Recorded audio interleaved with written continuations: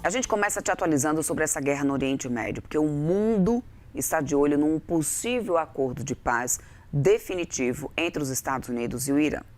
O presidente Donald Trump disse que os Estados Unidos não vão apressar as negociações, um dia depois que afirmou que o acordo com o Irã estava prestes a ser finalizado. Pontos como a entrega de urânio enriquecido por parte do Irã são divergentes. Quem vai explicar melhor tudo isso para a gente é a nossa correspondente em Nova York, a Priscila Yasbeck. Depois de dizer no sábado que um acordo havia sido amplamente negociado e estava prestes a ser finalizado, neste domingo, Donald Trump disse que os negociadores americanos não deveriam se apressar e que o bloqueio aos portos iranianos seria mantido até que um consenso seja alcançado. O republicano, na publicação nas redes sociais, criticou o acordo firmado entre o Irã e os Estados Unidos na gestão de Barack Obama e disse que a transação negociada na sua gestão é o extremo oposto. Trump agradeceu aos aliados do Oriente Médio pela cooperação e apoio e disse que essa cooperação pode ser aprimorada se esses países aderirem aos acordos de Abraão. E ele disse que, quem sabe, o Irã também pode fazer parte desses acordos. Ele se refere aos acordos de relações diplomáticas entre Israel e os países árabes que foi estabelecido durante o seu primeiro mandato. O Irã é um inimigo histórico de Israel, portanto, essa parte da declaração pode soar como uma provocação. Mais tarde, em um segundo post, Trump repetiu que seu acordo é melhor que o de Obama e disse que ninguém nem sabe do que se trata porque ele ainda não foi totalmente negociado, contradizendo o post de sábado em que dizia que havia sido amplamente negociado e estava sujeito à finalização.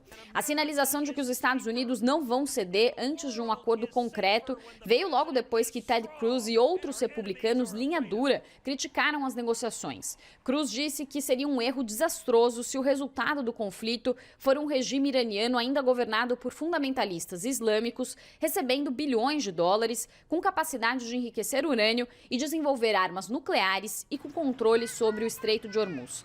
O Irã tem indicado que um acordo com os Estados Unidos incluiria a reabertura do Estreito de Hormuz, mas sob o controle de Teherã, o alívio de sanções dos Estados Unidos, o descongelamento de bilhões de dólares de ativos iranianos no exterior e a retirada de forças americanas da região.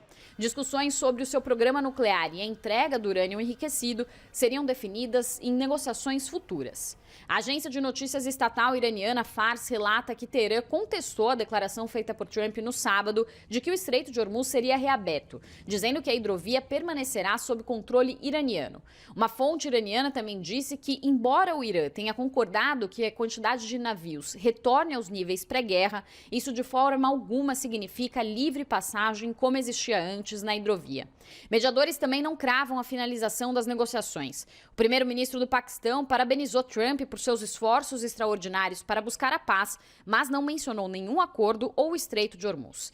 Especialistas acreditam que as discussões podem se encaminhar para o fim da guerra, mas sem uma negociação que inclua grandes compromissos. A essa altura, a única condição que Trump mencionou que um acordo teria é a reabertura do Estreito de Hormuz, que o Irã diz que seria feita nos seus termos. Antes da guerra, os Estados Unidos buscavam a suspensão do programa nuclear do Irã, a entrega de urânio enriquecido e de seu arsenal de mísseis e ainda falavam sobre o fim do apoio a grupos armados na região e o levante da população iraniana. O Irã não concordou com nenhum desses pontos que ficariam para futuras negociações, isso se forem discutidos. Portanto, os Estados Unidos, neste momento, conforme o acordo vai se desenhando, não garantiram nada além de restaurar o status quo que havia antes de o conflito começar. Priscila Yasbeck, de Nova York, para a CNN Brasil.